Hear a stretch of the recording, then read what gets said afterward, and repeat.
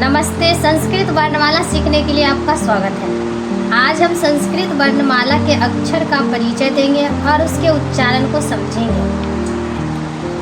चलिए सीखते हैं वर्ण क्या होता है।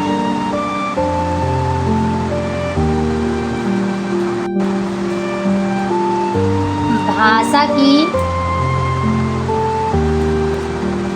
वह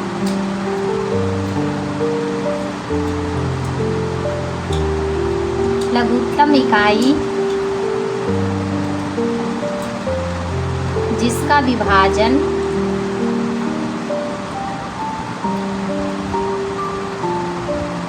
संभव नहीं हो उसे हम वर्ण कहते हैं।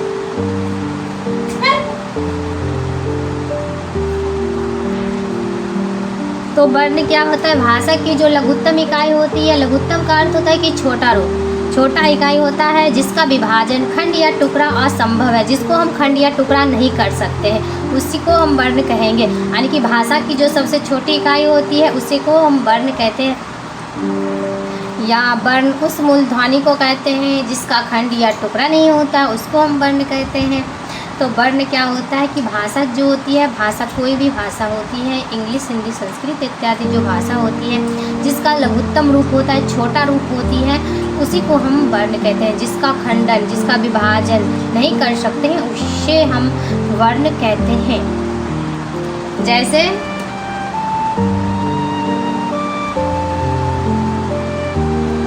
आ, ई, का, च, त, इत्यादि।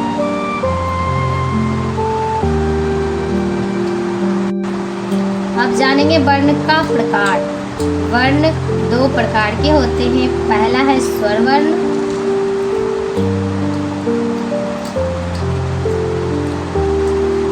दूसरा है व्यंजन वर्ण।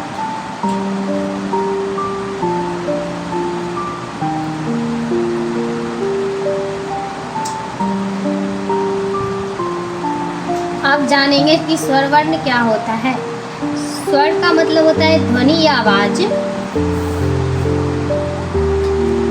चलिए सीखते हैं स्वर वर्ण। स्वर वर्ण किसे कहते हैं कि स्वयं राजयन्ते,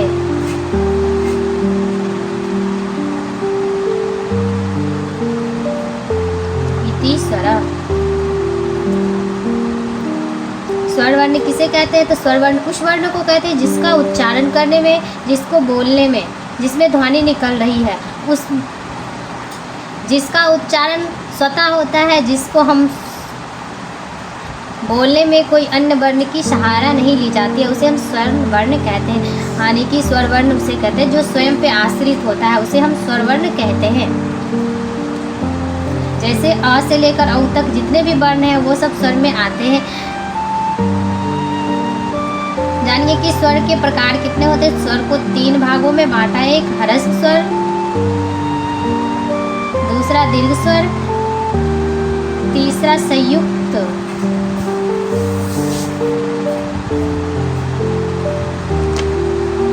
तीसरा संयुक्त स्वर।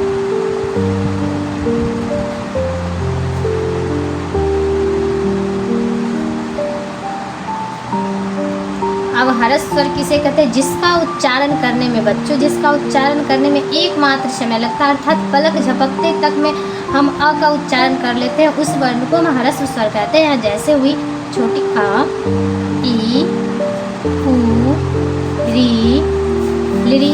ये 5 ऐसे स्वर हैं, इसको उच्चारण करने में एक पलक झपकते तक में बोल देते हैं। कि एक मात्रे ह्रस्व, द्वि मात्रे दीर्घ, त्रिमात्रे प्लुत, च अर्धमात्रे व्यंजनम। जिसका उच्चारण करने में एक मात्र समय लगता है उसे हम ह्रस्व स्वर कहते हैं।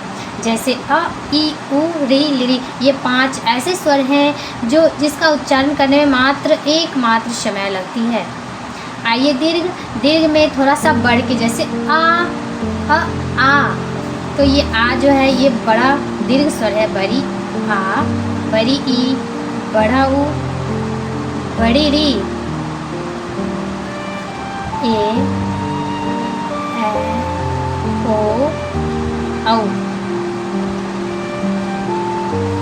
ये सब उच्चारण करने में 2 मात्र समय लगती है।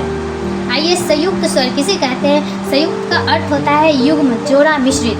तो ए, ऐ, ओ, औ ये 4 ऐसे स्वर हैं जिसे संयुक्त में रखा गया है। तो एक ए जो वर्ण है इसका 2 वर्ण से मिलकर बना है यानी अ प्लस ई से मिलकर बना है ए, अ प्लस ए मिलकर बना है ऐ, अ प्लस ओ मिलकर बना है ओ, अ प्लस ओ मिलकर बना है बच्चों औकर। यानी ये सिर्फ आ या फिर ई, ये दोनों को जब मिलाए, दोनों को युग्म किए, दोनों को जब जोड़े तो ये बन गया, तब बना ए बच्चों। जब हम आ प्लस ई को जोड़े तब बना है ऐ, जब हम आ प्लस ओ को जोड़ते हैं तो बनता है ओ, आ प्लस ओ को जोड़ते हैं तो बनता है बच्चों औकर।